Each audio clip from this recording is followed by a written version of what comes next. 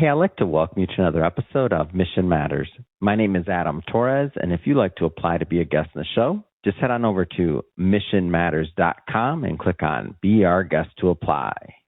All right, so today I have Rob Calvert on the line, and he's a founder and president over at Second Sun Consulting. Rob, welcome to the show. Thanks, Adam. Appreciate you having me. All right, so I understand that Second Sun is the largest Apple Partner Network member in Los Angeles. You've been doing this for a long time. You advise on millions in IT spend and support teams across many industries, over 15 industries.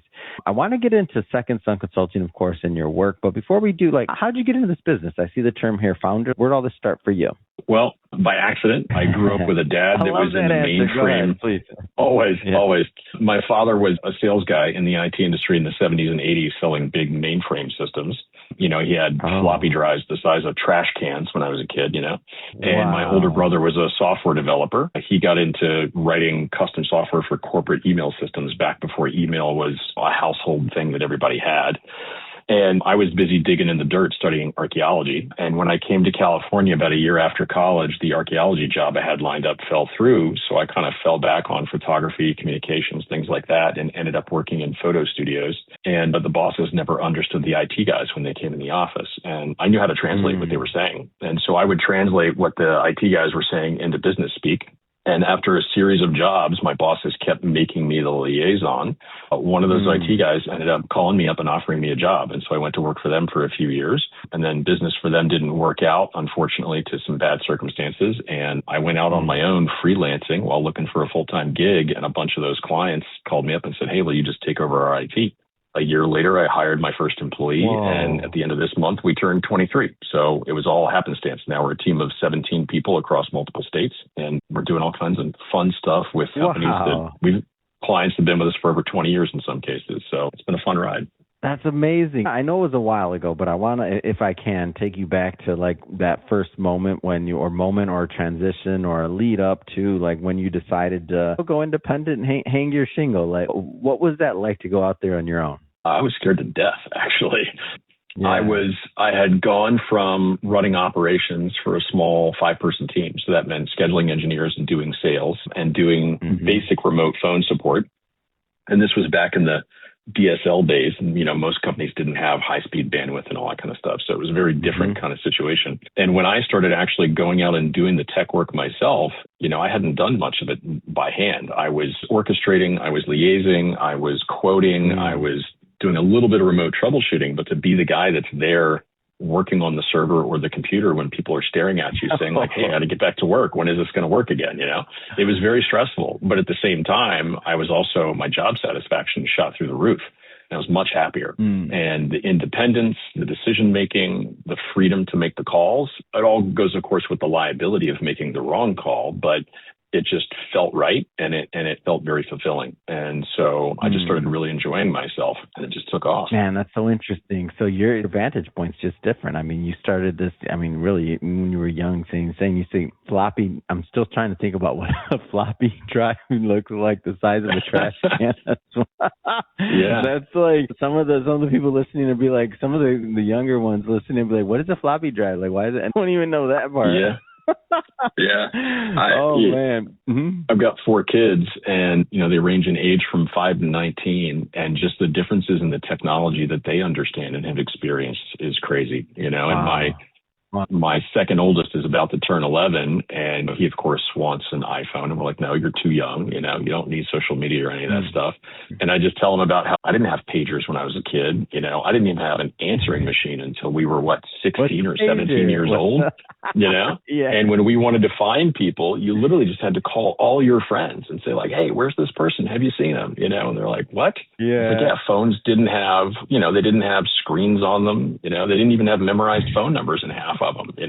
You had to just know everybody's phone number, and that just blows their mind. So it's been a huge shift. Just even in the 23 years that my company's existed, when I started, I was driving around LA County visiting clients, and I had to carry every tool and stacks of dozens, if not 100 CDs of every piece of software I might need, because you couldn't download it. right? If you arrived and you didn't have the right thing, you just had to MacGyver something because you didn't have high-speed internet to go downloading whatever you wanted. Most of the software wasn't publicly available, on websites. So it's just the industry shifted dramatically. Wow.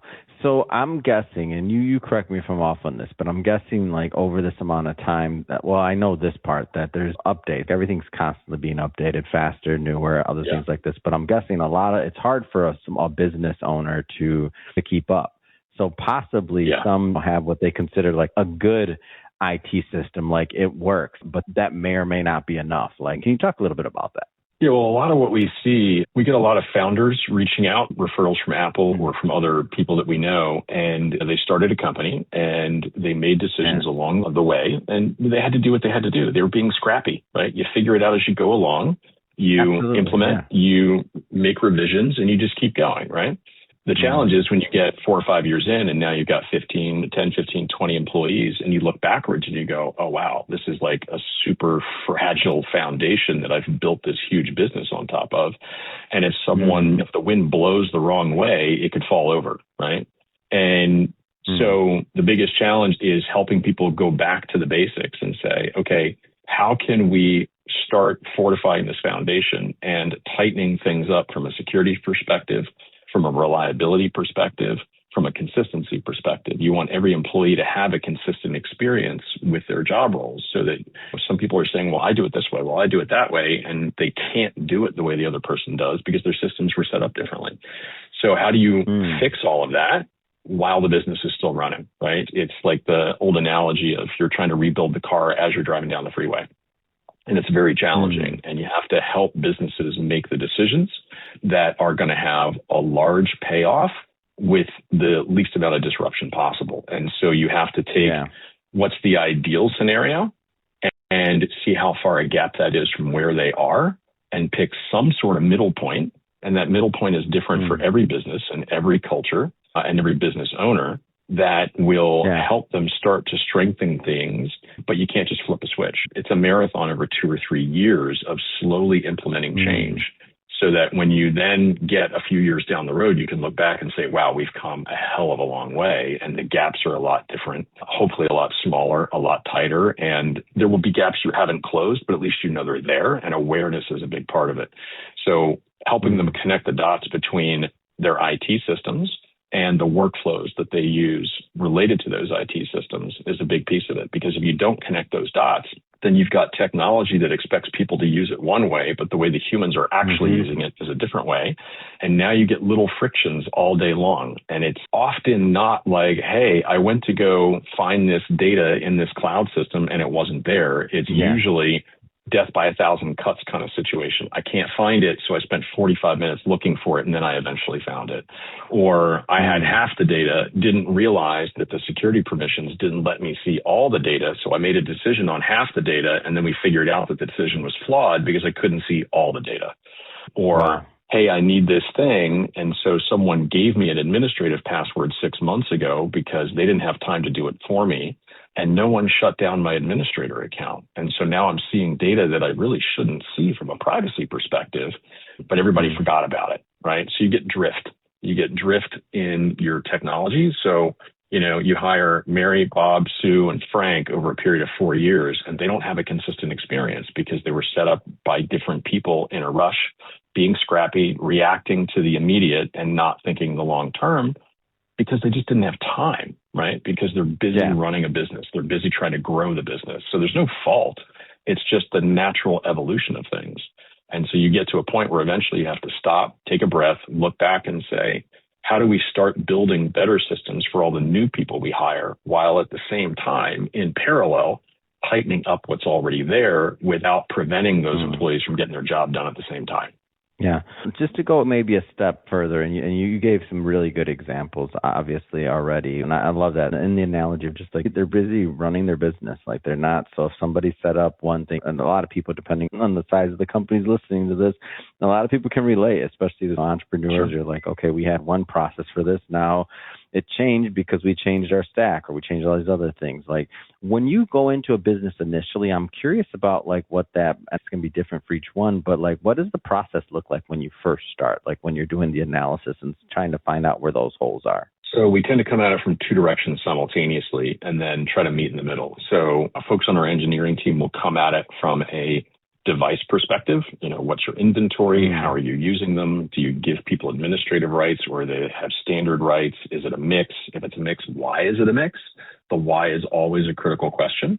Sometimes you get great answers and they're very justifiable. And other times you get, I don't really know, right? And that's something you got to poke at a lot more.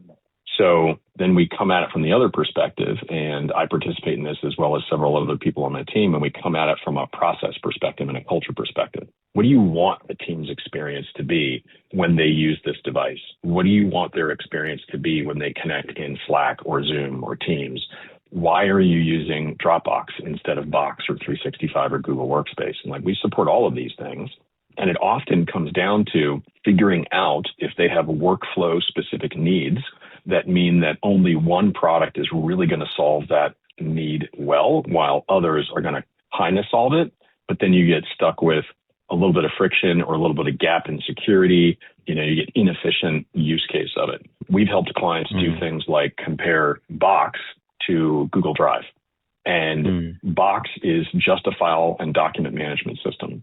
But because it's very narrow, it does it really, really well. It's very easy to tighten that up and make sure that the organization can own and control all of that data, see how it's being used, and also interact with people that are not part of the company. So when you have a company, we support a lot of product design and manufacturing companies, for example, and they have to deal with factories in other countries for doing their actual manufacturing. They need a secure way to share data. Box offers really great ways of doing that because you can get licensing that allows them to force certain security controls on the external third parties while they're accessing your data and your data set. Google sort of does that, but only if they have a Google account. Well, where are they going to get a Google account? And what if they're in a company that uses 365 and that company's IT says you're not allowed to have a Google account because we're a 365 shop? Now you're kind of stuck, right? So we have to look at what is the platform strengths, where are its gaps, and how does that connect with how you're trying to use the platform? So you look at the platform details. Are you achieving all the security and the standards that we think you should be achieving in that platform? Are you documenting them? Do you know why you're using them? And then how well does that actually fit with the way your users are trying to use that platform? What does it mean day to day for them? And sometimes it's fantastic for one department and is terrible for another one. And so you have to then figure out, okay, well, is there some way to make it less bad without making it less good for the other department? And it ends up being very nuanced. And sometimes there's very clear-cut decisions, and other times it can get extremely nuanced depending on the size of the company and their needs, and especially their industry, including if it's a regulated industry. Man, endless examples when you go in there, huh? Like when you're unpacking and you're like, because you see, obviously there's going to be variations and there's personalities behind this and everything else. I'm just trying to be a fly on your wall, man. Endless examples and variations, huh? Of how to get from point A to point B. Yeah, lots of them. And I think one of the challenges is helping business owners and leaderships at the clients understand that, like, in a vacuum, that IT decision is fantastic, but you need to go talk to the people that are using it. I'm not going to say all the time, but I think 50% of the time, leadership is very disconnected from the way their team is actually executing day to day. And when you see that, that's where you get gaps, right? Leadership can be focused on how much does that platform cost? What is the licensing model? What's the best way to extract the best deal out of that vendor? It's popular. Hey, why do I want to pay for that extra platform? It's kind of redundant with one we already have. But then you talk to the boots on the ground and say, hey, we prefer Zoom video over, Google Meet or Teams or WebEx for, A, B, and C reason. Zoom has beautiful tools to allow everybody in a meeting to mark up on the screen to visually communicate with each other. A lot of the other platforms don't do that nearly as well. But then you get to the financial side and leadership says, yeah, but now we got to pay extra. And we already get meetings with Google or we already get meetings with 365. But the experience of using those platforms is not the same. So we try to bring folks together to help them understand, like, look, you're saving money on a licensing cost, but you're causing workflow issues and you're slowing down productivity. And you're creating extra work on the back end because now your staff has to work harder to communicate changes on documents or layouts or product designs because they can't simply mark them up during a meeting and take a few screenshots, right? So you're trading a hard cost for a soft cost, and no one's thinking about the soft cost. So there's a lot of that of, hey, we got to bring people together and decide which one's more important. Sometimes the hard cost wins. Other times the soft cost wins. But at least if you can bring visibility to that gap, you help the business team and the leaders decide what they want to do and what's more important, the user experience or the out-of-pocket licensing cost. And sometimes you just got to find that balance. Yeah. Rob, this has been great having you on, man, and getting to know more about your background, what you've done, and just even I'm thinking about through generations and what people are looking at technology right now. It's been a really fun conversation. If somebody's listening or watching this, and if they want to learn more about Second Son Consulting, how do they connect with you and your team? You can find us on LinkedIn, either under Second Son Consulting or under Rob Calvert under my name. You can find us at our website at second, SECOND, Son, SON, consulting.com. And if you're in the IT industry itself, several people on my team spend a lot of time in the Mac admin Slack community, which is 75,000 Apple administrators across the globe. And we participate in a lot of channels and communicate with a lot of our colleagues in there. So you can find us there too. Fantastic. And for everybody listening, just so you know, we'll definitely put some links in the show notes so that you can connect with Rob and his team. And speaking of the audience, if this is your first time with Mission Matters and you haven't done it yet, hit that subscribe or follow button. This is a daily show. You heard me correct. Each and every day, we're bringing you new content, new ideas, and hopefully new inspiration and help you along the way in your journey as well. So hit that subscribe or follow. And Rob, thanks again for coming on. Appreciate you. Thanks, Adam. Appreciate you having me.